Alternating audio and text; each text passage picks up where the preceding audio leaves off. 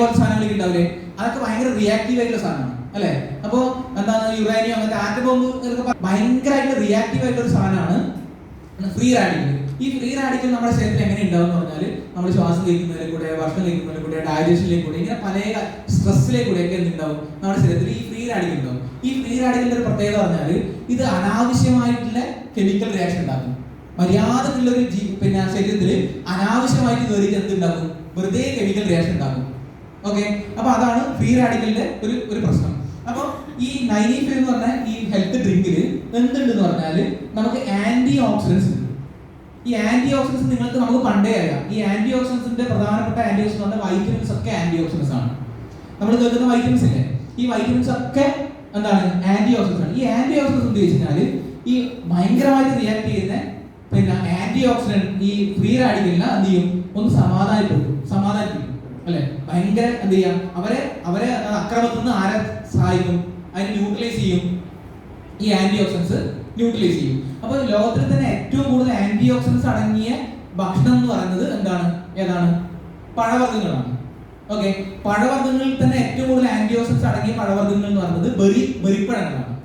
ഇത്തരത്തിലുള്ള 13ഓളം ബെറിപ്പഴങ്ങളാണ് ഏതിന്റെ ഇൻഗ്രീഡിയന്റ് ആയിട്ട് വരുന്നത്, 95ന്റെ ഇൻഗ്രീഡിയന്റ് ആയിട്ട് വരുന്നത്. അപ്പോ എന്താ വെച്ചാൽ ഒരു ആന്റി ഓക്സിഡന്റ് ഒരു നമ്മുടെ പഴമില്ലേ, ബനാന ഇല്ലേ, പഴത്തിന്റെ ആന്റി ഓക്സിഡന്റ് നമ്മൾ നോക്കുകയാണെങ്കിൽ, ഒരു എക്സാമ്പിൾ പറയുകയാണെങ്കിൽ ഒരു 900-900 ആന്റി ഓക്സിഡന്റ് കഴിയും. അതായത് അതിനർത്ഥം ഒരു പഴം കഴിച്ചു കഴിഞ്ഞാൽ ഒരു 800-900 ഫ്രീ റാഡിക്കൽ നമുക്ക് തടുക്കാൻ പറ്റും. ഒന്ന് മനസ്സിലാക്കുക. അങ്ങനെ അല്ലെങ്കിലും മനസ്സിലാക്കാൻ വേണ്ടിയിട്ട് എന്താക്കുക, നമ്മുടെ ശരീരത്തിൽ ഒരു 10,000 ഫ്രീ റാഡിക്കൽ ഉണ്ട് എന്ന് ചോദിച്ചോ. നമ്മൾ ഒരു പഴം കഴിച്ചു കഴിഞ്ഞാൽ 10,000-ൽ ഏകദേശം 1000 ഫ്രീ റാഡിക്കലിന് ന്യൂട്രലൈസ് ചെയ്യും. പക്ഷെ എന്തിട്ട് 9,000 ഫ്രീ റാഡിക്കൽ ഇപ്പോഴും ബാക്കിയിട്ടത്രേ. നമ്മുടെ ശരീരത്തിൽ ദോഷകരമായ സാധനമാണത്, പല രോഗങ്ങൾക്ക് കാരണമാകുന്നതാണ്. പക്ഷെ അതേ സമയത്ത് പഴത്തിന് പകരം നമ്മളൊരു ആപ്പിൾ കഴിച്ചു കഴിഞ്ഞാൽ ആപ്പിളിൽ 3000 എന്തുണ്ട് ഫ്രീ റാഡിക്കൽ, എന്തുണ്ട് ആന്റി ഓക്സിഡൻസ് ഉണ്ട്, വൈറ്റമിൻസോ അല്ലെങ്കിൽ ഈ ആന്റി ഓക്സിഡൻസ് ഉണ്ട്. ഓക്കെ, അപ്പൊ എന്താ വെച്ചാൽ 3000 എണ്ണത്തിന് ആര് ന്യൂട്രലൈസ് ചെയ്തു, ഒരു പഴം. അതുകൊണ്ട് പറയുന്നില്ലേ an apple a day keeps doctor away എന്ന് പറയുന്നില്ലേ. ഒരു ദിവസം ആപ്പിൾ കഴിച്ചാൽ നമ്മൾ ഡോക്ടറെ അടുത്ത് പോകേണ്ടി വരില്ല അല്ലെ. അതുകൊണ്ട് തന്നെ നമ്മൾ ഡോക്ടറെ അടുത്ത് പോയി കഴിഞ്ഞാൽ കൂടുതൽ പഴവർഗ്ഗങ്ങളും പിന്നെ ഈ വെജിറ്റബിൾസ് ഒക്കെ പിന്നെ എന്താ പറയാ പുഴുങ്ങിയിട്ടും അല്ലെങ്കിൽ പച്ചക്കറി കഴിക്കാൻ വേണ്ടി പറയുന്നില്ലേ, വെണ്ടയ്ക്കോ ക്യാരറ്റോ ബീട്രൂട്ടെല്ലാം കൂടുതൽ കഴിക്കാൻ വേണ്ടി പറയില്ലേ അല്ലെ. അതായത് കളർ കൂടുതലുള്ള വെജിറ്റബിൾസിലും ഫ്രൂട്ട്സിലും എന്തുണ്ട്, ആന്റി ഓക്സിഡൻസിന്റെ അളവ് കൂടുതലായിരിക്കും. അതായത് ബീട്രൂട്ടിലും ക്യാരറ്റൊക്കെ കൂടുതൽ കളറുള്ള സാധനമല്ലേ, അതിന് എന്തുണ്ടാവും, ആന്റി ഓക്സിഡൻസിന്റെ അളവ് കൂടുതലായിരിക്കും. അതുപോലെ നമ്മുടെ മോറോ ലൈഫിൽ വരുന്ന മോറോ ഓറഞ്ചില്ലേ, ബ്ലഡ് ഓറഞ്ച്, അതിലൊക്കെ ആന്റി ഓക്സിഡൻസിന്റെ അളവ് സാധാരണ ഓറഞ്ചിനേക്കാളും കൂടുതലായിരിക്കും. ഓക്കെ, അതേ സമയത്ത് ഒരു ആപ്പിൾ ഒരു 3000 കിട്ടുന്നതെങ്കിൽ നമ്മുടെ ഒരു ബെറി ഫ്രൂട്ട് ആയിട്ടുള്ള ഇപ്പൊ ഒരു എൽഡർ ബെറി എടുത്തു കഴിഞ്ഞാൽ അതിന്റെ പിന്നെ എന്താണ് ഈ ആന്റി ഓക്സിഡൻസിന്റെ അളവ് പറഞ്ഞാൽ 16,000 അപ്പൊ ഒരു ആപ്പിൾ കഴിക്കുന്നതിന് പകരം നമ്മൾ ഒരു അതേ അളവിലെ ബെറി ഫ്രൂട്ട് ആണ്, അതേ ഗ്രാമിലെ ബെറി ഫ്രൂട്ട്സ് ആണ് കഴിക്കുന്നെങ്കിൽ ഏതിനാ ഗുണം കൂടുതൽ, ബെറി ഫ്രൂട്ട്സ് ആണ് ഗുണം കൂടുതൽ. ഇത്തരത്തിലുള്ള 13ഓളം ബെറിപ്പഴങ്ങളും പിന്നെ കറ്റാർവാഴ, നോനി, നെല്ലിക്ക പോലുള്ള ആന്റി ക്യാൻസറസ് ആയിട്ടുള്ള ചേരുവകളൊക്കെ ചേർന്നിട്ടാണ് എന്തുള്ളത് 95ന്റെ പ്രൊഡക്റ്റ് ആകുന്നത്.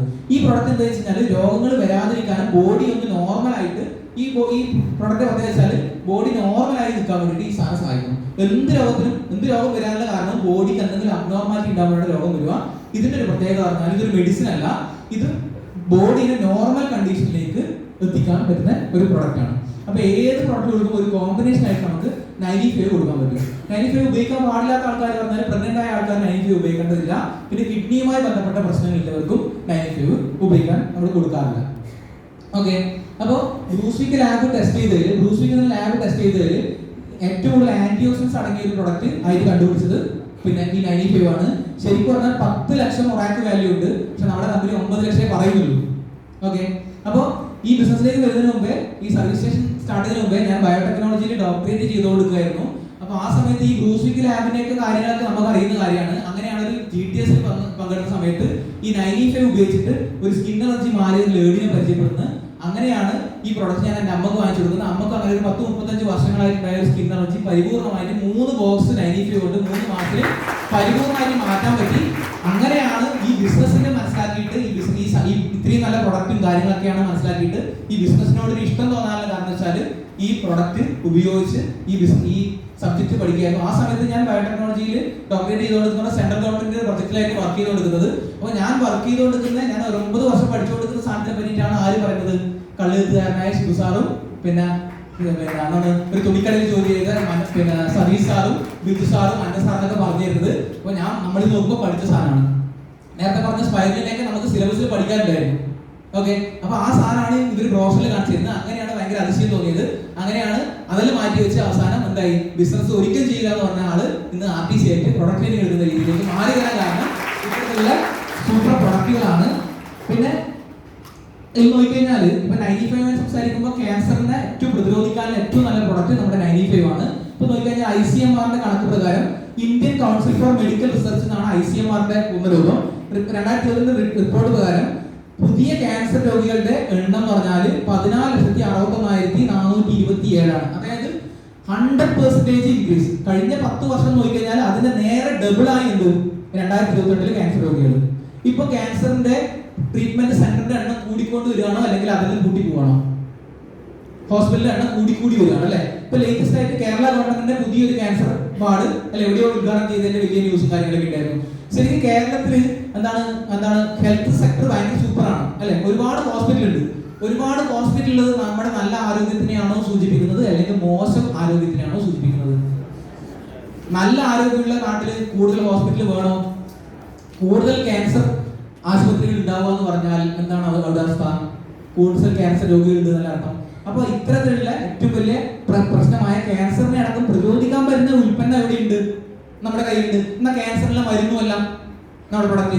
ഓക്കെ, അപ്പൊ 1 ലക്ഷത്തിൽ 100 ഇന്ത്യക്കാർക്ക് 1 ലക്ഷം ഇന്ത്യക്കാരെടുത്താൽ 100 പേർക്ക് ക്യാൻസർ ഉണ്ട് എന്നാണ് പറയുന്നത്.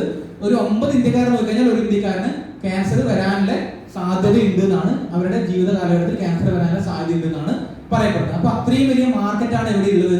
95 നമുക്ക് ഉള്ളത്. ഓക്കെ, ഉപയോഗിച്ചവരുണ്ടോ? സ്റ്റോക്ക് ഉള്ളവരുണ്ടോ?